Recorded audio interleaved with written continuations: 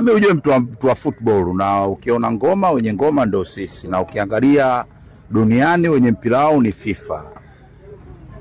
Utakiwi tena tujaji kwamba alipata labda ile nafasi sijui kwa staili gani, mradi kwa FIFA amemuizinisha. Sisi tunakuwa tuko nao sisi watu wa football. Hata ukiangalia sio yeye peke yake, kuna ule dada mmoja na kuna wale Skaria, wote nao wamepata hiyo nafasi. Kwa hiyo ni jambo la faraja, jambo la heri. Sisi wote ni watu wa mpira wa miguu, ndio starehe yetu. Kwa mfano kama mimi sina starehe yote zaidi ya football, ndio starehe yangu, na kushiriki ibada tukakaa. Chumvi ya mawe. Unamzungumziaje sasa rais wa Yanga kwa kupata hiyo position? Ni jambo la faraja na ni jambo la heri kwake mwenyewe binafsi. Amepambana kadiri ya uwezo wake ndio ilipofikia. Ni jambo kwa kweli la kumpongeza, na ukiangalia kila mtu anataka nafasi yake ipate, lakini ikifika wakati utafanikiwa kuipata. Nampongeza kwa hichi ambacho alichokifanya na hichi alichokipata kaka. Maana hii ni nafasi kubwa, bila shaka inaongeza uzoefu katika karia yake ya mpira.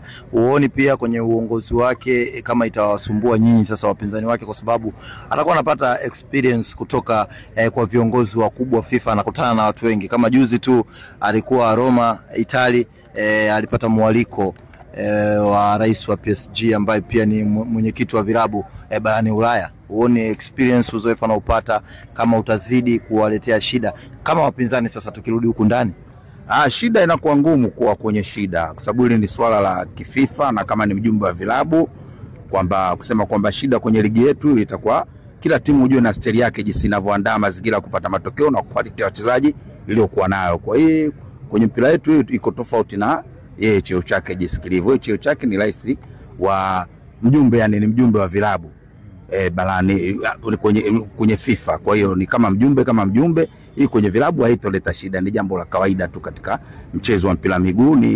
Ni kumpongeza kwa hiyo hatua ambayo aliyoifikia. Hata mimi chumvi ya mawe vile vile natamani vile vile niwe shabiki bora vile vile FIFA nao wanitambue. Kwa hiyo ni jambo la heri. Kwa hiyo ni jambo kwa kweli la kumpongeza.